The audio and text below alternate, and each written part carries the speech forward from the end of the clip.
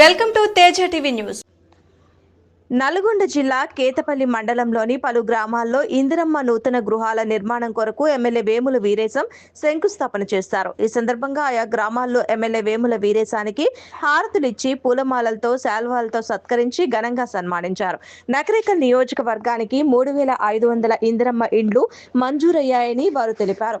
ఇందిరమ్మ ఇల్లు రాని వారికి రెండో విడతలో ఇందిరమ్మ ఇండ్లు ఇస్తామని ఎమ్మెల్యే తెలిపారు. కొన్ని గ్రామాల్లో ఇందిరమ్మ లబ్ధిదారులకు వయసు 60 సంవత్సరాలు పైబడి ఉన్న వారికి ఇందిరమ్మ ఇల్లు రాలేదని ఎమ్మెల్యేకు తెలిపారు. ఇలాంటి టెక్నికల్ సమస్యలను గుర్తించి వారి ఇంట్లో మరొకరి పేరు మీద ఇల్లు మంజూరు చేయించి ఆదుకుంటామని తెలిపారు. ఇందిరమ్మ ఇల్లు రాని వారు అధైర్యపడవద్దని, ఎవరికైనా ఇందిరమ్మ ఇల్లు కావాలని తన నోటీసుకు తీసుకువస్తే వారికి ఇల్లు ఇచ్చి ఆదుకుంటామని తెలిపారు. ఈ కార్యక్రమంలో వ్యవసాయ మార్కెట్ చైర్మన్ గుత్తా మంజుల మాధవరెడ్డి, బొజ్జా సుందర్, కంపసాటి శ్రీను, కంచర్ల మహేందర్ రెడ్డి, మట్టి సాల్మన్ తదితరులు పాల్గొన్నారు.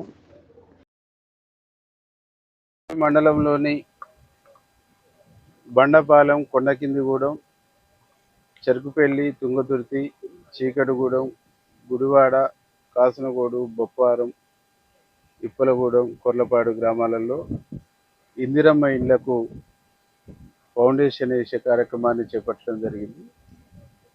గ్రామాలలో దాదాపు 10 సంవత్సరాల పైచిలకు ఇందిరమ్మ ఇండ్లు లేక పేదవాళ్ళ సొంత ఇంటి కోరిక తీరక చాలా అవస్థలు పడుతున్నటువంటి ఒక పరిస్థితుల్లో ఈ రాష్ట్ర ప్రభుత్వం, గౌరవనీయులు ముఖ్యమంత్రి రేవంత్ రెడ్డి గారు మన నియోజకవర్గానికి 3,500 ఇందిరమ్మ ఇండ్లు ఇచ్చి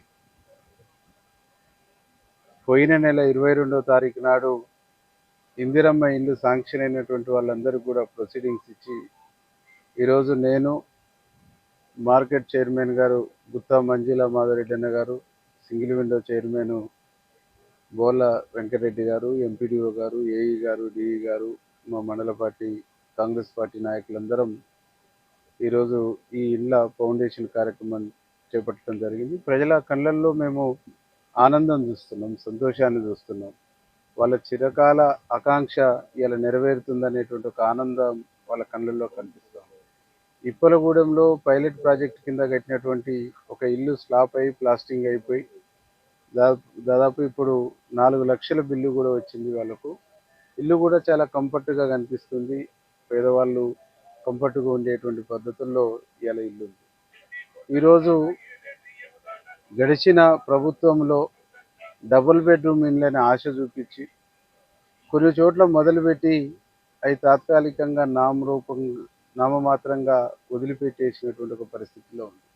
ఈరోజు ఇందిరమ్మ రాజ్యం వచ్చి ప్రజాపాలన ఏర్పడ్డ తర్వాత పేదవాళ్ళ పట్ల, పేద వర్గాల పట్ల, ఇల్లు లేని వాళ్ళ పట్ల ఎంత నిబద్ధతతో ఈ ప్రభుత్వం ఉందనటానికి ఈరోజు ఈ 3,500 ఇళ్ళే ఒక ఉదాహరణ.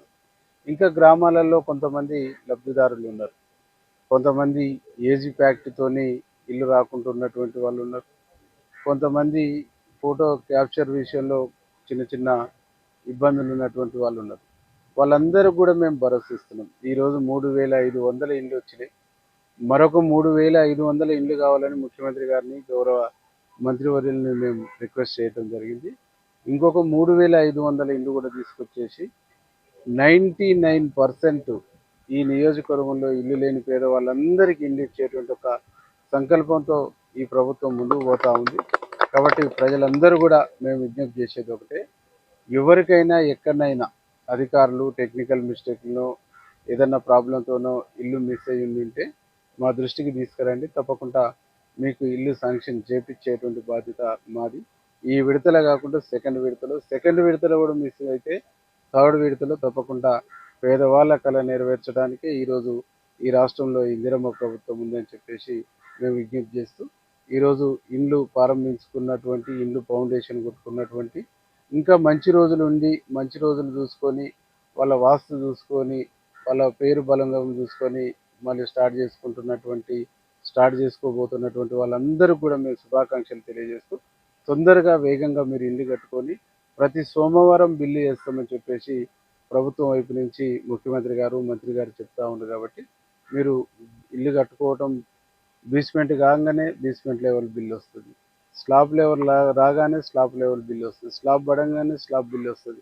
కాబట్టి విడతల వారిగా మీరు బిల్లు తీసుకొని మీరు తొందరగా ఇల్లు కట్టుకోవాలని మేము విజ్ఞప్తి చేస్తాం.